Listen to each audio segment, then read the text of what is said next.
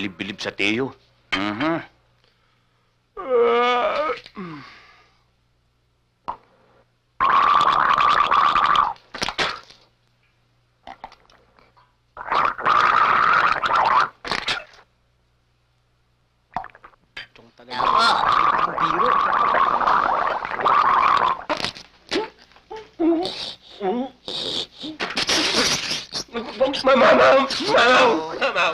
Anong mamaw? Eh, si Lobong Supultorero yan eh. Lobo! Teka rito, pumasok ka rito. Tuloy. Sungo kasi dyan eh. Ayaw ko. Huli-huli, huwag kang masasusulpot dyan. Alam mo naman cemetery, banda dyan. Oh, ano kailangan mo? Hindi ba bumibili kayo ng gintong ipin? Ang gintong ipin? Oo, siyempre. Tingnan mo. Diba? Tingin. Wala riyan. Andi dito. Ay. Ang dami naman yata niya. Dami ka. Oy, baka sa mo kinuha to, Lobo, ah. Anong palagay mo sa akin, magnanakaw? Sumusagutin kita ng totoo.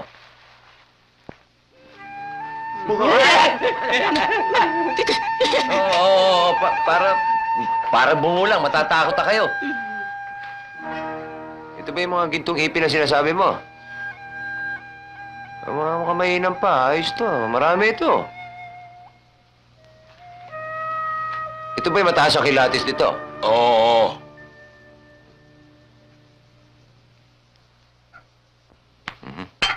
Pwede. Eh, magkano mo ibebenta? Mura lang. Parang hindi bumukha bibig pagka nagsasalita. Tignan niyo, ha? Magkano mo ibebenta ulit? Sinabing mura lang. Spa. Magkano nga? Ay! Iwan niyo na ako!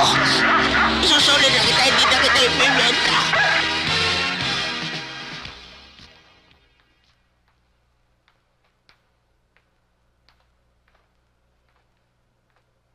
Ganda nga po, no. Afternoon. Nandiyan si ano? Yung ano? Yung... Ay, sandali! Aray! Uy! Kermit! Hindi, yung ano, teka, yung bulaklak para kayo yun eh. Yung chocolate para sa amin, para maghati-hati na lang kaya kayo pa. Sandali lang! Bakit hindi natin tanungin si Kermit kung para kanino talaga yan? Huwag mong sasabihin di akin yan. Um, Teka muna, Tatum. Huwag mo naman daani sa dahas. Obvious naman na sa akin eh. Sa akin siya Ay, po, sa tabi ko. Hoy, Hindi! nauna Hindi! ako dyan. Huwag ka maingay. Magre-report ho kami. Bakit? Anong nangyari? Massacre ho, dito sa club. Ganon? Saan nangyari yan? Sa kanto lang ho. Ganon ba? Sarento, huwag mo nang ilagbook yan. May instruction sa amin si Kerel tungkol sa kasong yan. Kailangan i-forward sa kanya. Kami nang bahala rito. O sige, sumama na kayo sa kanya. Sige pa. Pare, ano yun? Inarbor ni Kernel.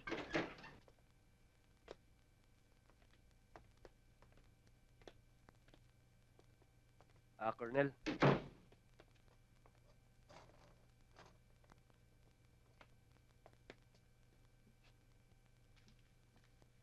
Ano bang nakita nyo?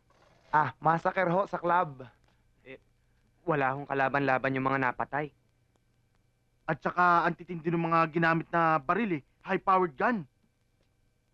Namukha nyo ba yung mga gumawa nito? Oho. Ano ho, yung isa ho, mukhang butete.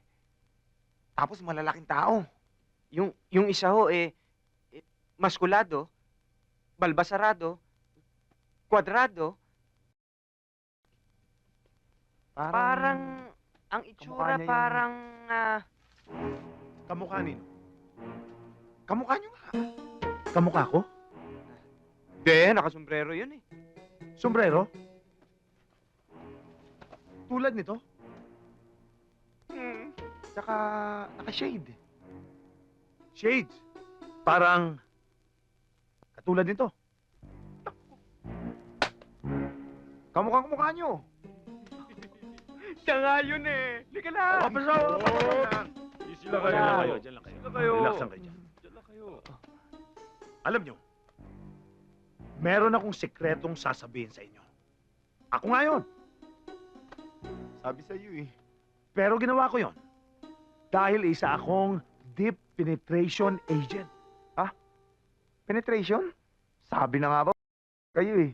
Kayo si Mark Joseph, no? Oh. Ibang penetration ang sinasabi ko.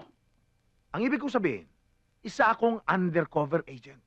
Kailangan pasukin ko lahat ng operations ng mga sindikato para malaman ko kung anong kanilang modus operandi. Kaya naman pala ang galing nyo eh. Pwede talaga kayong maging artista. Kamukha nyo si, Tess Cortez. Hindi, si Bummer Moran. Bummer Moran? Hindi, si Burt Reynolds. Mabuti naman kung gano'n, mabuti. Boss, paano naman ho kami? Delikado ho kami. Delikado? Dahil alam niyo, sa panahon na ito, hindi kayo nakakasiguro kung sino ang kaibigan ninyo at kung sino ang kaaway ninyo.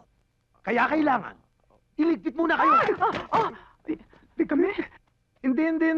Relax lang kayo.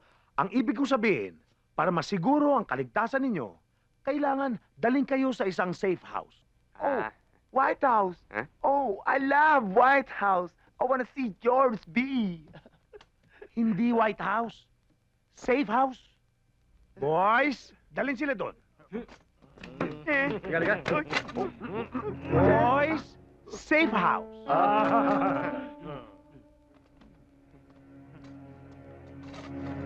Thank you, Admiral.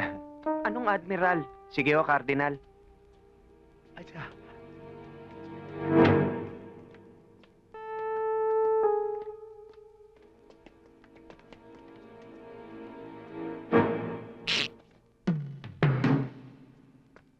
Ano bang problema mo? Kasi nga si Tomas, di ba?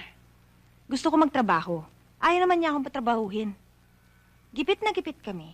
Ayaw naman niya manghiram ng pera sa mama. Gusto ko lang naman makasiguro na maganda ang buhay namin. Ano pa bang pwede mong gawin kundi magtiis? Sa totoo lang, Day, losyang na ang arrive mo. Imagine, dati, isa kang convent-bred na kolehyala. Buhay senyorita. Alang-alang sa love, isinakripisyo mo lahat yon. Nagpakasal ka sa isang poor. Sa dami ng isinakripisyo mo, ay talaga namang dakila ang dating mo. Dakilang alipin. O sige na nga, sige. Gawin mo na ako. Magpapamanicure ako, cellophane, kung ano man. Dali, sige na. Paano yung pinamalengke mo? Bibili ako ng luto.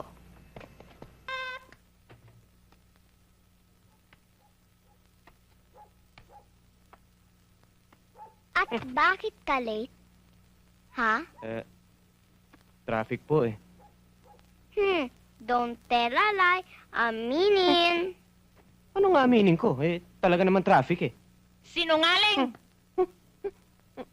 Tumawag ako kanina. Sabi nila, umalis kang may kasamang babae. Huh?